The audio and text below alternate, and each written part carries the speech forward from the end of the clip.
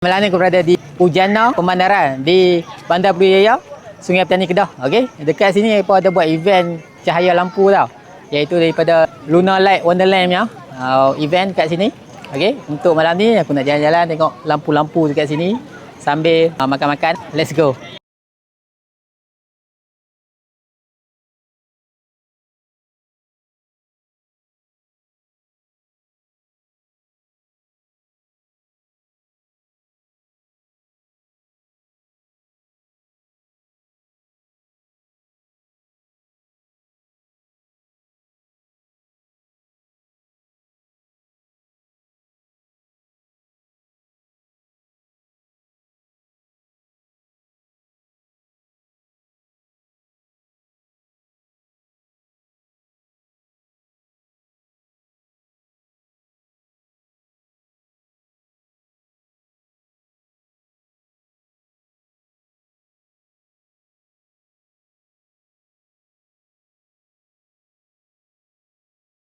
Dekat event ni banyak pilihan gerai tapi aku tertarik dengan aroma Syamel bihun sup wak keting ni. Dekat Syamel bihun sup ni dia banyak pilihan sup. Dia ada sup daging, sup perut, sup wak keting, sup ayam, muai sup pun ada kat sini. Untuk malam ni aku order dia punya bihun sup special dengan harga RM25. Dia main dengan penuh mangkuk macam ni dengan cabai hitam dia. Yang paling penting tak ketukut bahan.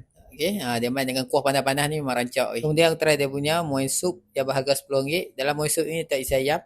Dia punya rasa tu sama, rasa kemanisan ayam rebusan daging. Kemudian aku ronda aku nampak satu gerai jagung cheese tarik. Jadi membuatkan aku tertarik. Dekat jagung cheese tarik ni dia ada 4 pilihan dan harga berlainan.